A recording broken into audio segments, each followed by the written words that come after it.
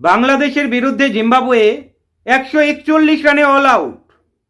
এখান থেকে বোঝা উচিত ছিল যে ব্যাটিংটা আরো ধরে করতে হবে। বাংলাদেশ কি হলো? বাংলাদেশ কি তুলতে পারলো?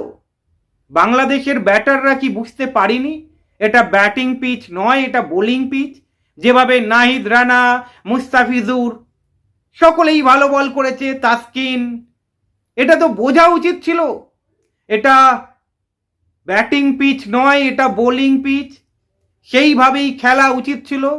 তামিম, সৌম্য সরকার, তাদের বোঝা উচিত, তারা এক্সপিরিয়েন্স প্লেয়ার। ব্যাটিং পিচে কিভাবে খেলতে হয়, কিভাবে ম্যাচ বার করতে হয়, সেইটা যদি না জানে তাহলে আর ক্রিকেট খেলতে হবে না। শান্ত এলো আর গেল, কয়েকটা বল খেললো, তারপরে বাড়ি চলে গেল। এটা কি কোনো ব্যাটিং হলো?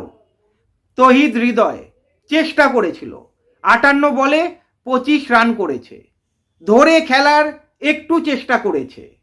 নুরুল হাসান উইকেট কিপার 31 রানের একটা ইনিংস খেলেছে, চেষ্টা চালিয়েছিল। মেহেদি হাসান মিরাজ, কিছু বলার নেই।